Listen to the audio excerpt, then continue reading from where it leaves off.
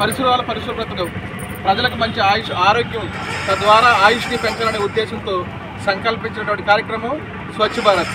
ఆ కార్యక్రమంలో భాగంగా మన రాష్ట్ర గౌరవ శ్రీ నారా చంద్రబాబు నాయుడు గారు దాని ఇనిషియేటివ్గా ప్రజలందరికీ ప్రతి ఇంటికి చేరువ చేయాలనే ఉద్దేశంతో ఈరోజు స్వర్గీయ శ్రీ నందమూరి తారక రామారావు గారి వర్ధంతి సందర్భంగా ప్రతి నెల 3వ శనివారం స్వచ్ఛ భారత్ స్వచ్ఛాంధ్ర అనే కార్యక్రమాన్ని ప్రారంభించడం జరిగింది.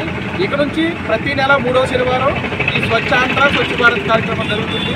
దీంట్లో ప్రజలందరూ మమేకమై ప్రతి ఒక్కరూ వాళ్ళ యొక్క పరిసరాలని శుభ్రంగా ఉంచి తడి చెత్తగాను పొడి చెత్తగాను వేరు చేసి చెత్తబండికి అప్పగించాలి.